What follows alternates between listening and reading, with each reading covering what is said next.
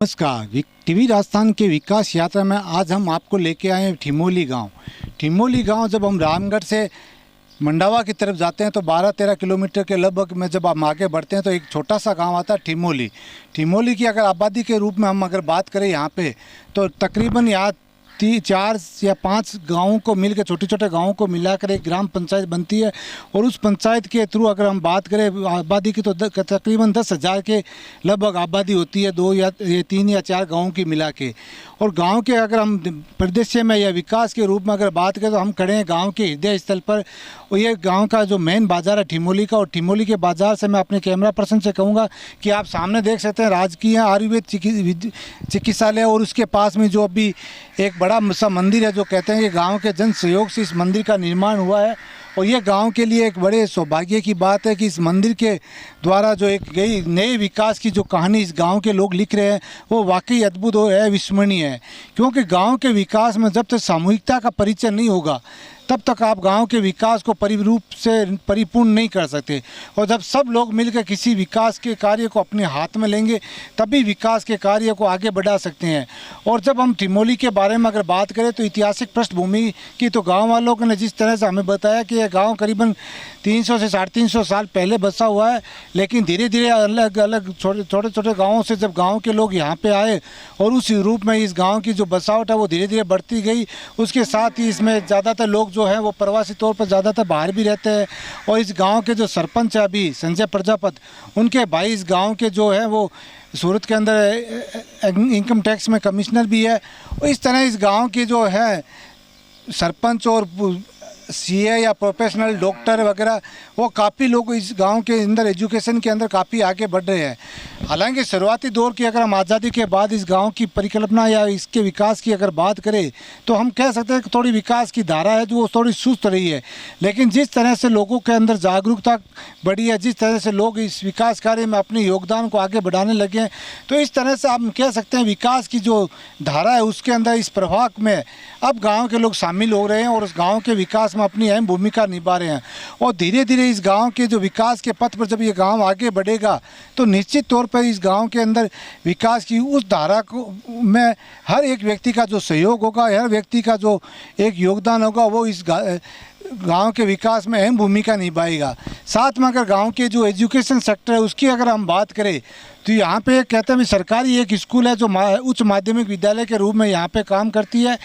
उसमें कॉमन है, लड़कियों की शिक्षा है चाहे लड़कों की शिक्षा, उसके साथ में काम करती है। लेकिन यहाँ से जब एजुकेशन के रूप में जब आपको 12वीं के बाद जब आपको कॉलेज के अंदर प्रवेश करना हो तो यहाँ से आपको 13 किलोमीटर या तो रामगढ़ जाना पड़ेगा या लगभग मंडावा जाना पड़ेगा। तो एजुकेशन सेक्टर के अंदर ये काफ़ी एक वीकनेस है, क्योंकि यहाँ से जब मंडावा जाते हैं या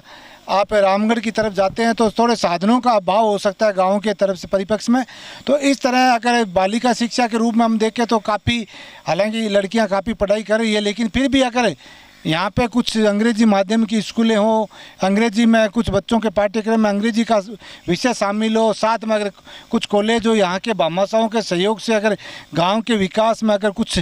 और एजुकेशन सेक्टर के अंदर अगर हम विकास की बात करें तो अगर और कुछ विकास हो तो ये गांव के लिए एक मील का पत्थर साबित होगी। क्योंकि शिक्षा एक वो विभाग है जहाँ से आप कह सकते हैं भी अगर हर व्यक्ति गाँव का अगर 100% शिक्षित होगा, एजुकेटेड होगा, तो विकास की जो धारा है उसकी जो रफ्तार है वो काफ़ी आगे बढ़ेगी। क्योंकि बिना एजुकेशन के अगर आप विकास की कल्पना करते हैं या विकास की परिकल्पना करेंगे तो आप कह सकते हैं कि विकास में वो आप अपना योगदान नहीं दे सकते हैं। साथ में अगर हम इस गांव के स्वास्थ्य के लेवल पर हम बात करें तो हमने बताया जैसे आपको आयुर्वेदिक चिकित्सालय है, साथ में अगर हम PSC जो प्राथमिक चिकित्सालय की हम बात करें तो इसका काफ़ी समय से गाँव वाले कह रहे हैं, हमारा प्रयास चल रहा है कि गांव के अंदर एक प्राथमिक चिकित्सालय हो, लेकिन कुछ ऐसे कारण हैं जिसके कारण से अभी तो इस गांव के अंदर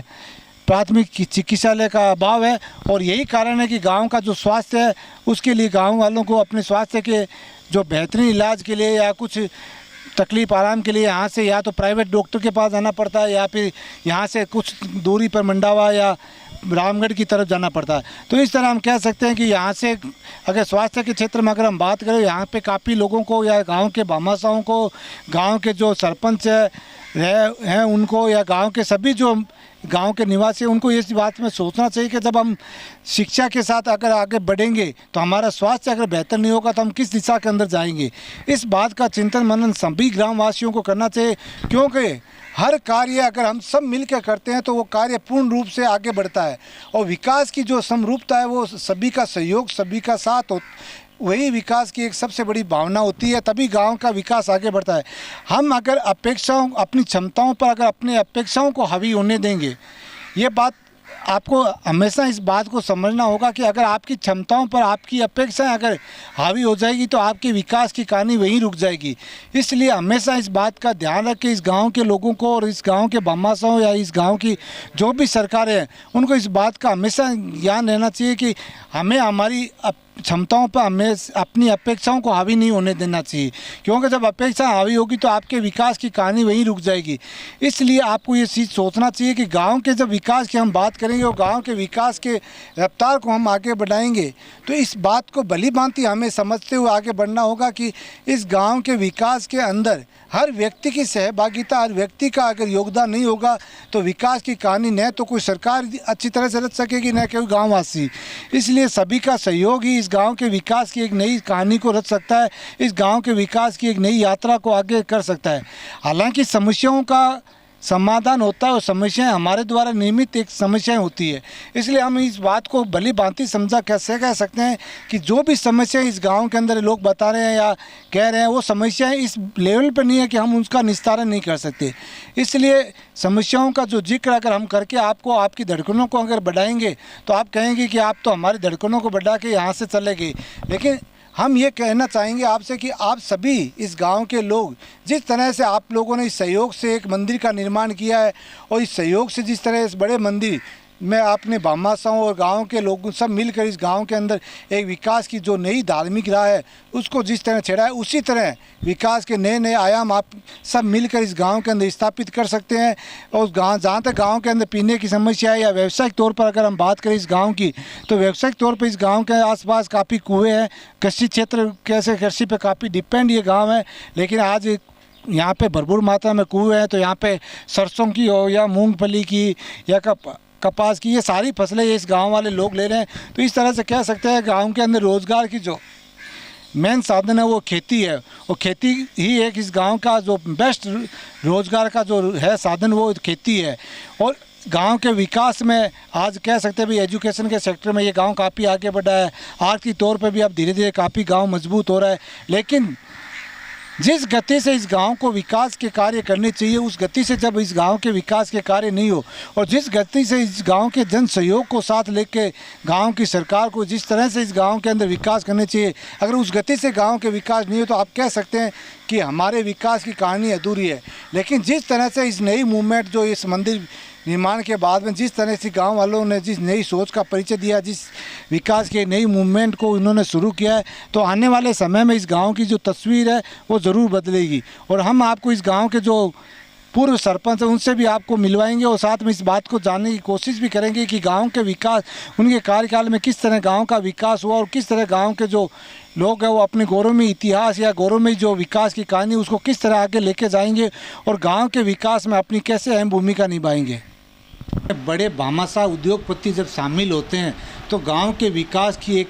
जो धारा है, उस प्रवाह है, उसमें बहुत गति आती है। और आज हम अगर वही उद्योगपति भामाशाह जब गांव के जो सरकार है उसमें आते हैं तो आप मान के चलिए कि गांव के विकास की जो गति है, जो धारा का जो विकास की धारा का जो प्रवाह है वो सबसे तेज़ होकर निकलता है। आज हम आपको ठिमोली गांव के पूर्व सरपंच पुरुषोत्तम जी काथवाल से मिलवाते हैं और उनसे जानने की ये कोशिश करते हैं कि उनके जो कार्यकाल है उसमें गांव के विकास की क्या गति रही, उन्होंने किस तरह गांव में विकास कार्य किए। नमस्कार पुरुषोत्तम जी, आपका टीवी राजस्थान में बहुत स्वागत है। सबसे पहले आप हमें ये बताइए कि आप गांव के सरपंच कब रहे थे ठिमोली के, और आपके कार्यकाल के दौरान इस गांव में विकास के क्या क्या कार्य हुए थे?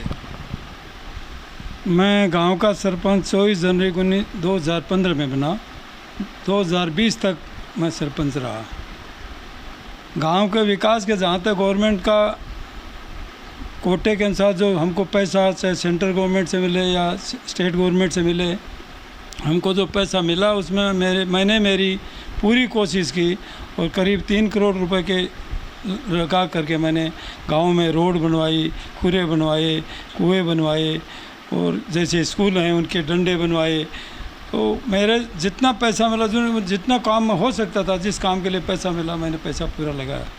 और गांव के विकास में काफ़ी मेरे को खुशी भी हुई। गांव का विकास काफ़ी मेरे ध्यान से, मेरे कार्यकाल में जितना काम हुआ उससे पहले तक, जब से ग्राम पंचायत में आज तक कोई इतना काम नहीं करा था। मैंने पूरा कोशिश किया गांव के लिए। बाकी जैसे क्या है, गवर्नमेंट की स्कीम के हिसाब से जैसे पैसा मिलता है वैसे ही गांव का विकास होता है। लेकिन कहते हैं कि गांव के विकास में जब एक बड़े उद्योगपति के तौर पर जब आप शामिल हुए, वो एक सरकार के अंदर, गांव की सरकार जिसको हम कहते हैं, उसके अंदर जब आप शामिल हुए तो आपकी प्राथमिकता सबसे पहले इस गांव के विकास की क्या थी? आपने क्या सोच के लोगों के साथ जुड़े और ये गांव के अंदर क्या विकास की ज़रूरत है? जैसे आपने बताया सड़कें हैं बनाई और स्कूल है, एजुकेशन है, आर्थिक क्षेत्र के तौर पे कहाँ गांव का विकास है, चिकित्सा के क्षेत्र में गांव का विकास है, तो उसमें आपकी सबसे बड़ी प्राथमिकता क्या थी? प्राथमिकता तो सबसे गांव क्या, पहले एजुकेशन का बहुत ही नीचा स्तर था और इस एजुकेशन का स्तर ऊंचा करने के लिए मैंने पूरी कोशिश की। स्कूल में भी मैं 15 अगस्त को हर बार, 26 जनवरी को हर बार मैं वहाँ जा अटेंड करता था। शिक्षा के लिए जैसे लड़कियां पहले बहुत कम पढ़ती थी, यहाँ के बच्चे शहरों में जा के पढ़ते, तो मैंने उनको ये बताया कि अपने स्कूल में अगर बच्चे, वही बच्चे बाहर जाके जितनी मेहनत करते हैं, अगर यहाँ भी मेहनत करें तो अपने गांव का नाम होएगा। तो बच्चों में काफ़ी, पहले यहाँ बच्चे बहुत कम थे लेकिन इनकी संख्या बढ़ाई गई, बच्चे अच्छे अच्छे मार्क्स लाए। उनको मैंने ये प्रपोजल रखा कि जो बच्चा यहाँ 80% से ज़्यादा मार्क्स लाएगा उसको मैं 21,000 रुपये मैं दूँगा मेरी तरफ से, मैं पर्सनल, और उसके हर तरह आगे तक एजुकेशन करेगा तो मैं उसकी मदद करूँगा। काफ़ी बच्चों में उसमें उत्साह हुआ, अच्छे बच्चे मार्क्स ला के दिखाए मेरे को। ऐसे रोड बना, रोड नहीं थी गाँव में, आसपास के गाँवों से एक दूसरे गाँव से कनेक्शन करने के लिए रोड नहीं थी। तो अभी हमने पूरी कोशिश की है, MP साहब से मिले हैं, MLA साहब से मिले, बन नहीं पाई, लेकिन अभी धीरे धीरे, लेकिन गाँव के अंदर जो कच्चे रास्ते थे उनमें मैंने पूरा सहयोग दिया और खुरे बनाए, इंटरलॉक लगाए, ईंटों के खोरे बनाए, पानी के विकास जैसे होदे बनवाए, काफ़ी अच्छा काम किया। लेकिन हम आपको एक बात और उससे पहले बताते हैं कि इस गांव के जो सरपंच जो पूर्व रहे हुए हैं पुरुषोत्तम जी काछवाल, उनके बारे में कहा जाता है कि उन्होंने इस गांव के विकास में, जो एजुकेशन सेक्टर का जो विकास होता है उसमें काफ़ी अपनी अहम भूमिका निभाई है। उसी के फलस्वरूप है कि उन्होंने को 1997 के अंदर राजस्थान सरकार के द्वारा उन्हें सम्मानित किया गया था कि जो एक राजस्थान सरकार एजुकेशन के लिए जो एक भामाशाह अवार्ड जो दिया जाता है वो पुरुषोत्तम जी काछवाल को दिया गया, क्योंकि उन्होंने गाँव के इनके पुरुषोत्तम जी काछवाल के पिताजी की जो दिल्ली इच्छा थी, गांव के अंदर एक स्कूल का जो भवन है उसमें एक हॉल बनाए, उसमें लगभग 3 लाख की लागत से उन्होंने हॉल बनवाया। उसके बाद उन्हें एक इस गांव का जो भामाशाह का जो गौरव है वो प्राप्त हुआ। तो ये हम कह सकते हैं कि गांव के जो बिजनेसमैन है या जो उद्योगपति, उन्होंने जब गांव के विकास की कड़ी को हाथ में लिया तो ये कह सकते हैं कि उन्होंने एजुकेशन सेक्टर के अंदर सबसे ज़्यादा ध्यान दिया। जैसा कि उन्होंने बताया, हमने फर्स्ट सेकंड आने वाले बच्चों को 21,000 का जो पारितोषिक पुरस्कार होता है वो अपनी जेब से देने की शुरुआत की। इस तरह इस गांव के अंदर विकास की जो धारा का प्रवाह पुरुषोत्तम जी काछवाल ने किया वो आपको देखने को मिलेगा, इस गांव के लोगों से भी जानने को मिलेगा। लेकिन पुरुषोत्तम जी, आपसे एक और बात जानना चाहते हैं कि भी 3 डिस्ट्रिक्ट इस गांव की सीमाओं से लगते हैं, जैसे चूरू की बात करें या झुंझुनू है, फिर आपके रहा है सीकर। तो क्या आपको लगता है जब भाई MP की बात होती है तो झुंझुनू आपको आना पड़ता है, जब विधायक की बात होती है, MLA की बात होती है तो आपको यहाँ फतेहपुर जाना पड़ता है, तो कहीं यही भी एक विकास की कड़ी में हम बाधा कह सकते हैं इसको? बाधा बिल्कुल है हमारे, क्या इस हम गांव में सीकर डिस्ट्रिक्ट के हिसाब से हम लास्ट गांव है हमारा गांव, तो विधानसभा के हिसाब से हम फतेहपुर में आते हैं।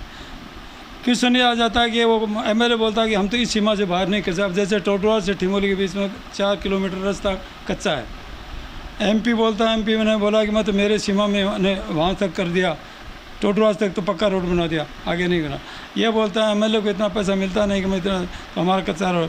मोजाज तक का कच्चा रोड पड़ा है। तो हमारी बड़ी दुविधा है कि हम किसके पास जाएँ। आज 70 साल के इतिहास में हम गाँव को कच्चे रास्ते से जुड़ा एक शर्म की बात है। हमने उनको, वो एलाव जी थी आई थी, उनको सामने प्रपोजल रखा था कि हमको शर्म आती है कि हमारा गांव इस टाइम धानियों तक सड़कें कई गाँव में जाती हैं और हमारे गांव से गांव नहीं जुड़े हैं, कच्चे रास्ते हैं। तो उन्होंने बोला कि भाई एक साथ इतना काम हम नहीं कर सकते,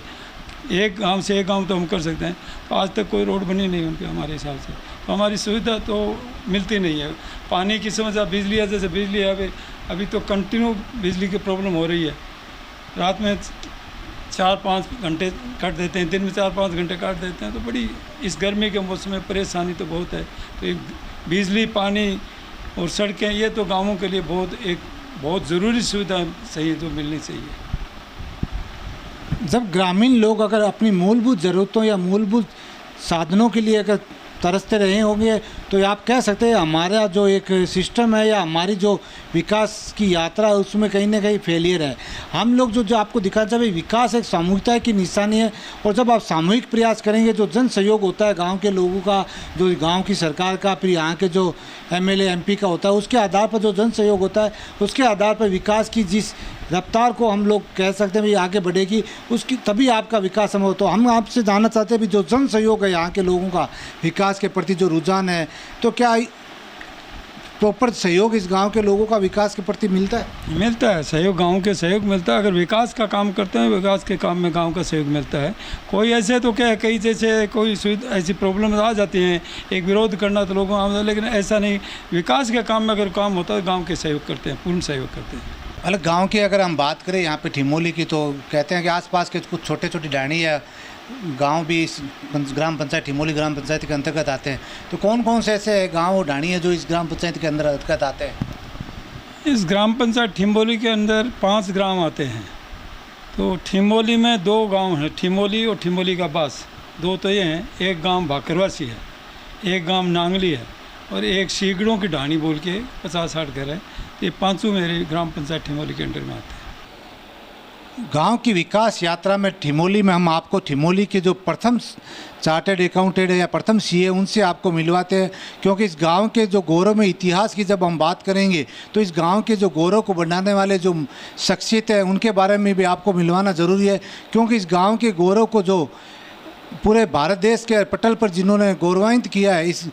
गांव के गौरव को, उनसे हम आपको मिलवाते हैं। जो गांव के प्रथम सीए राधेश्याम जी, आप हमें ये बताइए भी आपने जो गांव का प्रथम सीए होने का जो गौरव प्राप्त किया, तो आपने सीए कब की और इस गांव कहाँ से की? अकाउंटेंट्स मैंने 1992 में किया है, और मैं 89 में यहाँ से सीए करने के लिए मुंबई गया था। और सीए गांव में पहले से कोई सड़क या साधन वगैरह नहीं होता था, तो एजुकेशंस मैंने मुकनगढ़ और मंडावा में किया है, जहाँ पे मैं 13 से 14 किलोमीटर जाना और 13 से 14 किलोमीटर आना, पैदल जाना आना करना पड़ता था।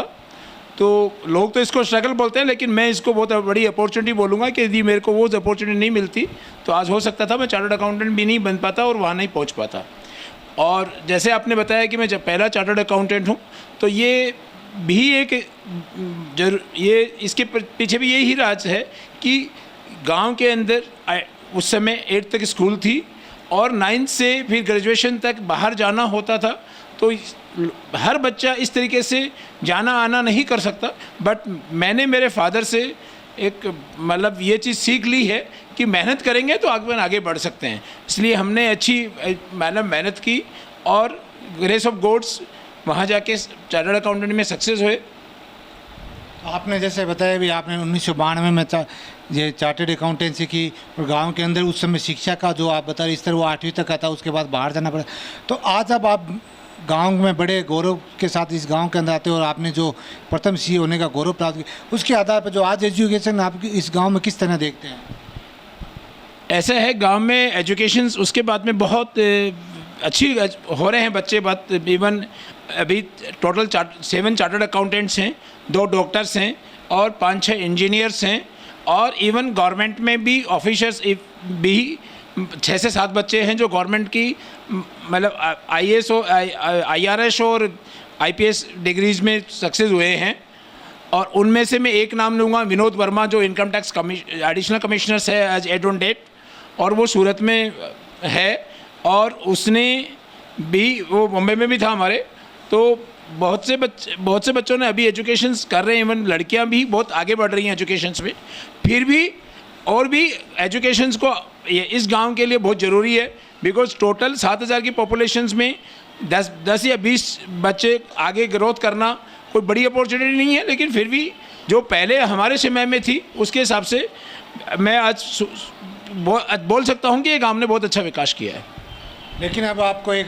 चार्टर्ड अकाउंट कैंडिडेट के साथ में आपको इस गांव के लोग भामाशाह के रूप में भी देखते हैं, तो विकास की दृष्टि से आप क्या मानते हैं, इस गांव की क्या ज़रूरत है और कैसे सबको मिलकर आगे बढ़ाना चाहिए इस विकास के मार्ग को? भामाशाह तो मैं अपने आप को नहीं बोलूँगा, बिकॉज भामाशाह तो बहुत बड़ी चीज़ है, यहाँ पे मैं नहीं बोल पाऊँगा। लेकिन ये ज़रूरी है कि गांव के अंदर से कोई भी आदमी विकास करता है तो गांव के जितने भी पीछे जितने भी मेंबर्स होते हैं उनकी एक्सपेक्टेशंस होती है। इवन अपने घर में भी कोई भी आदमी ग्रोथ करेगा तो पीछे के घर वालों का एक्सपेक्टेशंस रहेगी। सो इसलिए गांव से मेरी इसका एक्सपेक्टेशंस है, मैं ट्राई करता हूं कि जितनी भी एक्सपेक्टेशन गांव की है पूरी करूं। और आपने बोला कि गांव के विकास के लिए क्या किया जा सकता है, तो गांव में एक वीकनेस, सबसे ज़्यादा वीकनेस जो है वो है यहाँ की इंडस्ट्रीज़ और बिजनेस, जो मैं ट्राई कर रहा हूँ कि नेक्स्ट 1-2 साल में यहाँ पे बिज़नेस भी अच्छे से गांव के सपोर्ट से बिज़नेस भी अच्छे से अच्छे इस्टेब्लिश करेंगे। देखिए, विकास के अंदर जो एक बात होती है, जब हम कोई भी बात विकास की करते हैं तो उसमें सामूहिकता बहुत ज़रूरी होती है, लोगों का साथ बहुत ज़रूरी होता है, चाहे वो गांव की सरकार हो या गांव के लोग हो या गांव के भामाशाह हो, जो विकास पुरुष है जिन्हें हम कहते हैं। तो उस सामूहिकता के साथ गांव के अंदर अगर हम विकास की कुछ आगे नींव रखें, जिस तरह हमें गांव के लोगों ने बताया भाई खेल मैदान की कमी है, प्राथमिक चिकित्सालय की कमी है इस गांव के अंदर, तो उन कमियों को हम सामूहिकता के साथ कैसे पूरा कर सकते हैं? देखो, इस गांव में जैसे आपने बताया बहुत से बाहर से अभी जो जिन्होंने अच्छी एजुकेशंस ली है या अभी जो बिज़नेस बाहर कर रहे हैं वो अभी गांव के तरफ ध्यान देना शुरू कर दिया है। तो आपको बहुत ही जल्दी यहाँ पे हॉस्पिटल्स भी मिलेगा और आपकी एजुकेशंस के लिए भी कॉलेज वगैरह आदि आपको आगे में मिलेंगी। आप कह सकते हैं भाई अब ये गांव विकासशील है और विकास की तरफ आगे बहुत तेज़ी से बढ़ रहा है। यस, विकासशील है, विकास की तरफ तेज़ी से बढ़ रहा है। और मैं भी कोशिश कर रहा हूँ कि जितने भी जैसे आपने बताया कि गांव का सहयोग ज़रूरी है, तो मैं भी कोशिश कर रहा हूँ कि जितने भी गांव के मेंबर्स हैं पीछे जहाँ यहाँ रह रहे हैं उनके साथ सहयोग करके यहाँ पे जितनी भी सुविधाएं हों, चाहे वो रोड की सुविधाएं हों, चाहे वो एजुकेशंस की हों, चाहे वो मेडिकल्स की हों या बिजनेस डेवलपमेंट की हों, वो सब उपलब्ध करवाएं। और ये जल्द ही आपको नेक्स्ट 4-5 साल में आप देखेंगे कि ये गांव बहुत अच्छा विकास करेगा। ये कहते हैं कि आप बॉम्बे में चार्टर्ड अकाउंट के साथ आप रिटेल सेक्टर के अंदर भी आप काफ़ी आगे बढ़ रहे हैं, तो कहीं आपको लगता है राजस्थान में भी आप रिटेल सेक्टर के अंदर कुछ काम करने वाले हैं? यस, ये ऐसा है कि जैसे मैंने आपको पहले भी एक इंटरव्यू में बताया था कि हम एक रिटेल चेन स्टोर्स लेके आ रहे हैं जिसका नाम आर मार्ट है, जहाँ पे हम B2B B2C चालू किया है, जो महाराष्ट्र और गुजरात में ऑलरेडी इस्टेब्लिश है और राजस्थान में भी ऑलरेडी बहुत ही अग्रेसिव हैं, जो हमने सीकर और फतेहपुर ऑलरेडी डिसाइड कर लिया है। और बाकी इवन गांव में भी हम मैन्युफैक्चरिंग यूनिट्स वगैरह चालू कर रहे हैं, जो नेक्स्ट 2-3 महीने में ही चालू हो जाएंगी। और वो एक बहुत बड़ा एक ऐसा बिजनेस है जिसमें हम गाँव वालों को, मैक्सिमम आदमियों को इसमें जोड़ सकते हैं और आगे बढ़ा सकते हैं। दोस्तों, जैसा कि हमने बताया कि ठिमोली के विकास यात्रा के अंदर जिस तरह लोगों ने अपने आप को सहयोग दिया, जिस तरह लोग इस गांव के विकास के अंदर अपनी अहम भूमिका निभा रहे, इससे हम ये कह सकते हैं कि गांव आने वाले दिनों के अंदर एक विकसित गांव की श्रेणी में आ जाएगा। लेकिन कुछ लोग जो होते हैं इस गांव के अंदर विकास की जो सहभागिता होती है उसको हम अगर आपको चरणबद्ध तरीके से जिस तरह हमने बताया उससे इस बात से स्पष्ट होती गाँव की ज़रूरतें काफ़ी है, लेकिन उन ज़रूरतों का समाधान ही गाँव के लोगों के पास या गाँव की सरकार के पास है। और कुछ क्या जैसे लोगों ने बताया 3 डिस्ट्रिक्ट इस गांव के लगते हैं और जो इस गांव का जो सीकर बॉर्डर का जो ये लास्ट गांव आता है, तो इससे कारण से कुछ भौगोलिक जो परिस्थितियाँ उसके कारण से इस गांव के लिए कुछ परेशानी ज़रूर होती है। लेकिन जब दृढ़ निश्चित लोग आपस में करते हैं और दृढ़ निश्चय के साथ जब सफलता के मार्ग पर आगे बढ़ते हैं तो आप मान के चलिए कि कहीं भी कोई भी कारण हो लेकिन विकास नहीं रुकता है। और यही विकास की जो यात्रा इस गांव के परिदृश्य में हम अगर आपको बात करें तो जो गांव के लोगों ने बताया जिस तरह से, और गांव के जो पूर्व सरपंच है, जो हम वर्तमान सरपंच जो हमें अभी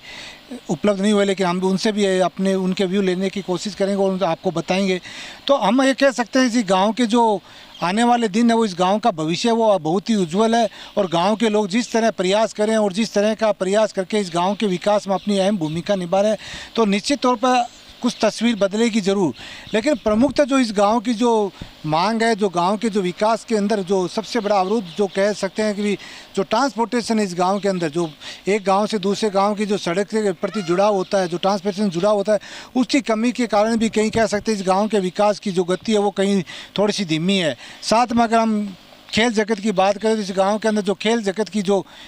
प्रतिभाएं हैं उसका जो विकास है वो उस तरह से नहीं हो पाए, क्योंकि यहाँ पे एक प्रॉपर खेल मैदान नहीं है, जिसके कारण से भी हम कह सकते हैं इस गांव के अंदर खेल का विकास नहीं हो पाया है। और जिसका भी अभी जैसे हमने बात की जो लोगों से, तो उनका भी प्रयास करें हम लोग, और आने वाले समय में भी इस गाँव के अंदर कुछ खेल मैदान के भी होगा। और प्राथमिक चिकित्सालय के बारे में हमने जब बात की तो उन गाँव के लोगों ने बताया, हमारी बातचीत चल रही है यहाँ के जो MLA या नवलगढ़ के जो MLA है उनसे, या यहाँ के जो MP है उनसे, तो कह सकते हैं कि लोगों का प्रयास जारी है। और इस गांव के विकास में जब गांव के लोग अपनी सहभागिता निभाकर और जब विकास के पथ पर इस गांव को आगे लेके जाएंगे तो आने वाले समय के अंदर हम कह सकते हैं ये गांव एक विकसित गांव की श्रेणी में आएगा। और एजुकेशन सेक्टर की अगर हम बात करें तो इस गांव ने जिस तरह से आप बताया भी, यहाँ पे जो बालिका शिक्षा है उसका प्रतिशत भी यहाँ पे बढ़ा है, और लोगों के अंदर शिक्षा की जो भावना है वो जागृत काफ़ी हुई है। और यहाँ के जो जैसे हमें गांव के प्रथम CA ने भी बताया था कि इस गांव के अंदर काफ़ी CA एजुकेशन के अंदर, इंजीनियर प्रोफेशनल कोर्स के अंदर और कुछ जो सरकारी सेवाएं होती है उसके अंदर भी इस गांव के लोग काफ़ी आगे बढ़ रहे हैं। तो धीरे धीरे हम कह सकते हैं इस गांव का जो एजुकेशन के प्रति जो रुझान है वो भी काफ़ी लोगों का बढ़ रहा है, और लोग एजुकेशन के क्षेत्र में भी काफ़ी आगे बढ़े हैं। साथ में जो बालिका शिक्षा की बात है तो इस गाँव के लोग बालिका शिक्षा पर भी काफ़ी फोकस करे हैं। और जो गाँव की जो शिक्षा का अगर प्रति रुझान बढ़ेगा तो निश्चित तौर पर आप मान सकते हैं गाँव के जो विकास की जो यात्रा वो आगे बढ़ेगी। और यही हमारा कहना है इस गांव के लोगों से भी, और यहाँ के जो आसपास के जो है लोग, उनसे भी इस बात की हम यही कहेंगे कि आप भी जागृत होकर इस गांव के अंदर अगर विकास करेंगे और अपने क्षमताओं पर भरोसा करके इस गांव के विकास में अपना योगदान देके तो निश्चित तौर पर आप भी कभी ये कह सकते हैं कि ये मेरा गांव है, ये मेरा गौरव है, ये मेरी गांव है, ये मेरी पहचान है। क्योंकि इस भावना के साथ जब आप आगे बढ़ेंगे, क्योंकि जब आप गाँव के प्रति समर्पित रहेंगे और गाँव के को अपना गौरव कहकर इस गांव के ऊपर जो विकास के जो पिरामिड आप इस गांव के ऊपर बनाएंगे और उस पर खड़े होकर जब गांव का हर व्यक्ति अपने आप को गौरवान्वित महसूस करते हुए इस बात का उल्लेख करेगा कि ये मेरा गांव है, ये मेरा गौरव है, तो आप निश्चित मानिए कि ये गांव नहीं, ये पूरा क्षेत्र भी विकास के मार्ग पर आगे प्रशस्त होगा और आगे आने वाले क्षेत्रों में विकास के मार्ग पर आगे बढ़ता रहेगा। कैमरा पर्सन ललित सेन के साथ